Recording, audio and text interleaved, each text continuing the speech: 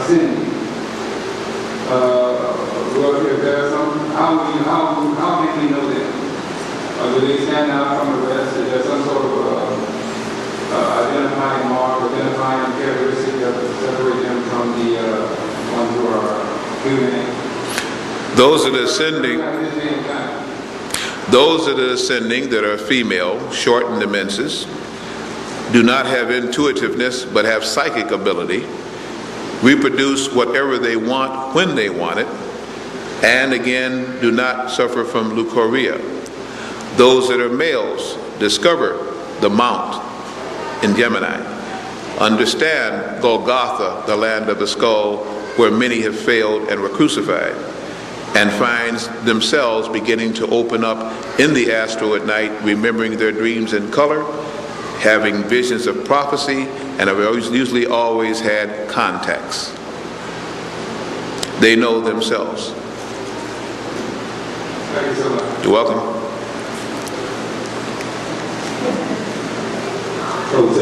Hotep. What's My question is about Sirius B. Is it a star constellation, or is it another star system, moon?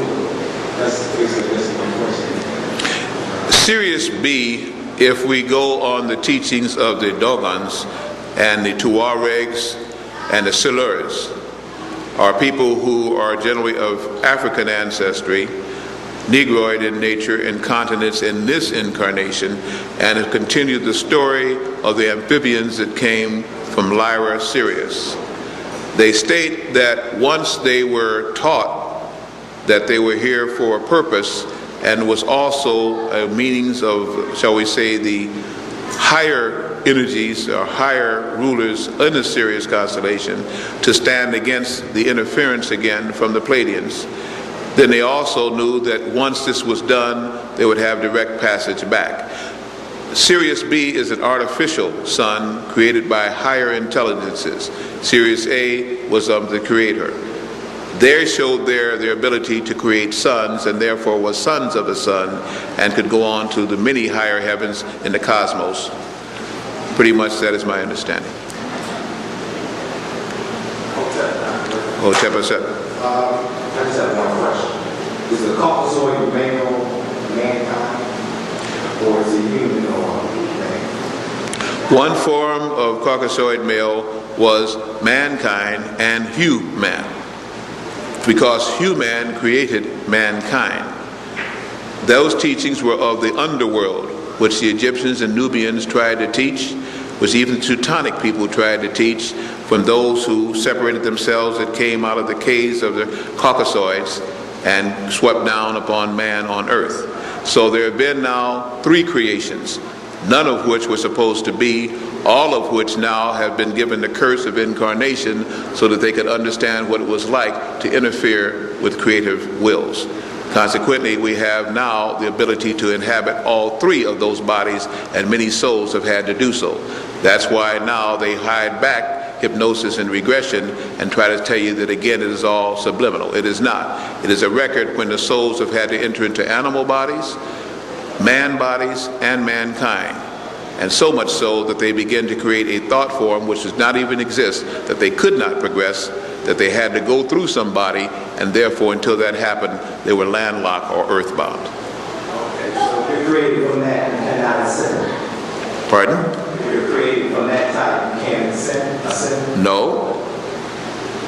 We now know what soul inhabited one body at this time. Those souls that could come into a body that was not going to bind them or would be free to go forth in the end times came into certain bodies at this time. The male body is significant because it has the mound at the top. There are many so-called males on earth that do not have that. The Darwin tribe mentioned that intelligence came in the form of an amphibious creature. I'd like to know if you can elaborate on that. Only to the point that many of the amphibians came from both the system nearest the sun A in Osiris, there we go again, that slipped, but in Sirius, and Osiris was one of the, obviously, scientists that came from there, along with the sun B that was created for the humanoids made by the Sirians when they went too far.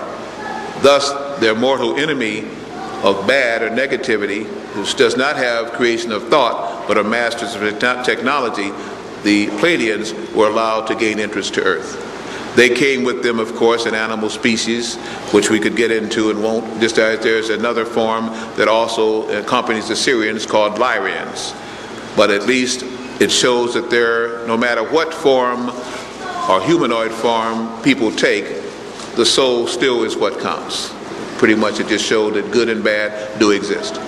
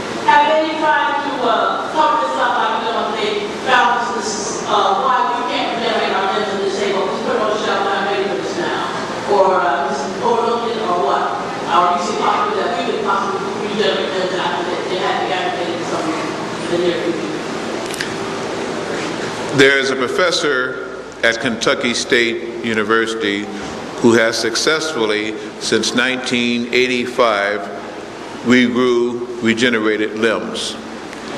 I'll give you the general philosophy, which is that an amputated limb has rings just like a tree. Each concentric ring organizes and controls one of the bodies of man. The gland and the hormones follow that pattern that each of those rings has intact. We call in those rings the DNA and the RNA molecule. The catch is to know which one of these rings to stimulate at the time or close to the time of amputation. If that can be stimulated, the organ will try to reproduce itself, because on the etheric plane it still exists. But as the etheric or spirit plane dissolves and is then, what do they call it? When they put in these artificial, again, prosthetic devices per se, then we use the ability. The sensing is still there. That's why the person still feels they have the limb. The brain still wants to transmute material to it. But we have been severed from the correct hormonal secretions and the correct stimulus, which is magnetic, to do so. Electrical things will cause it to bud, but it will be deformed and different. Now they use neither. They use chemicals, cauterize it, which stops the regrowth of it, and add a prosthetic device. It has been proven many times that it can be done. The professor by the name is Smythe, and you could check his research. He's at Kentucky State University. He may or may not talk to you directly, but he'll probably reference you to his white papers, which he wrote upon it, which you can get at any library. And the other question I was concerned about, our pastor spoke one time about Please, not so slow, not so fast. Bend that little mic down to you again. You're thinking so very fast, I have to go into hyper gear to hear you. Okay. I was talking about one who was called